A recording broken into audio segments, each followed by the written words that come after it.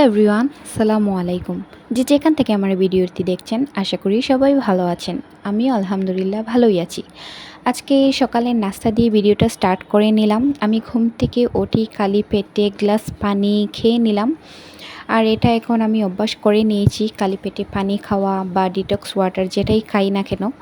তো আমি আমার ব্রেকফাস্টটা করে নিব শুরুতেই। আজকে ব্রেকফাস্টে ছিল ব্রেড অ্যান্ড জেলি আর ডিম, তো অবভিয়াসলি আজকে ডিম নিয়ে একটু কনফিউজে পড়ে গিয়েছিলাম। আমি bread toast and egg poach আমার অনেক বেশি পছন্দ।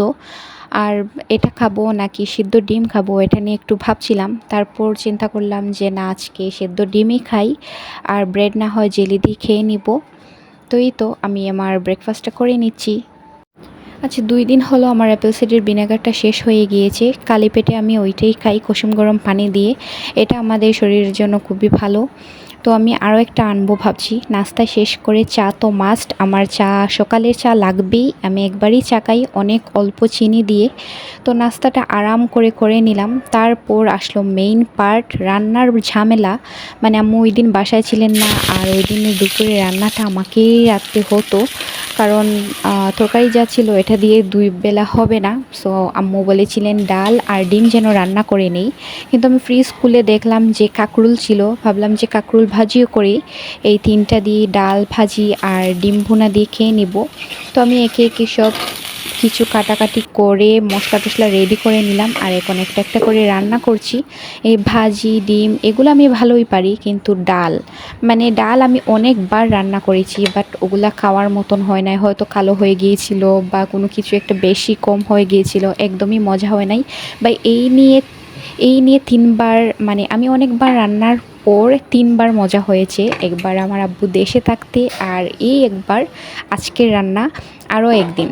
মানে এই 3 দিনই আমি ডালটা অনেক ভালো রান্না করেছি। আদারওয়াইজ ওগুলা তো খাওয়াই যেত না, কালারটাও নষ্ট হয়ে যেত।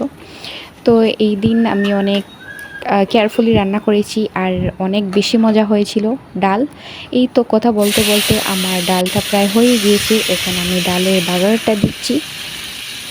ডালটা এত মজা হয়েছিল, এটা যে আমি রান্না করেছি আমার ছোটো বোন বিশ্বাসই করেনি। ও ভেবেছে আম্মু রান্না করে দিয়ে গিয়েছেন।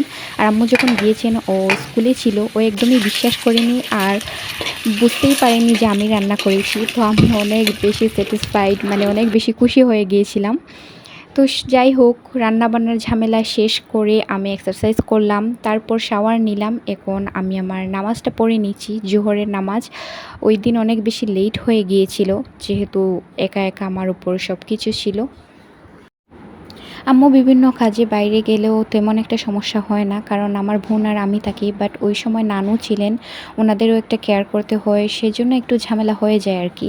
তো নামাজ শেষ করে লাঞ্চ করে অনেক সময় রেস্ট নিলাম। তারপর আমার একটা পার্সেল আসছিল, ওইটা রিসিভ করলাম।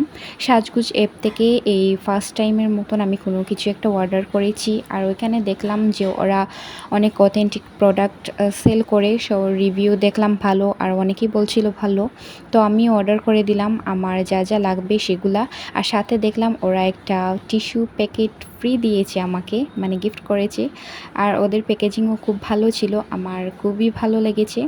তো পার্সেল টার্সেল সবগুলো আনপ্যাক করলাম, আর সব কিছু ঠিকঠাক আছে দেখলাম। তো সন্ধ্যার পরে এটা ছিল আমার বোনের একটা আর্ট অ্যান্ড কালচারের একটা প্রজেক্ট, গ্রুপ ওয়ার্ক ছিল মেবি, ওরা করেও ছিল।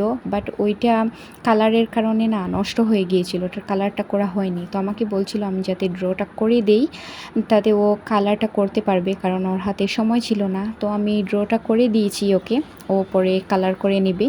আমি এটা দেখে দেখে করেছি, অনেক দিন পর আর্টটা করলাম, আমি জানি না কেমন হয়েছে। তো সব কিছু শেষ করে এটা এশার আজান যখন পড়েছিল 8টার সময়, আমি আমার ডিনারটা করে নিচ্ছি, তারপর নামাজ পড়ব।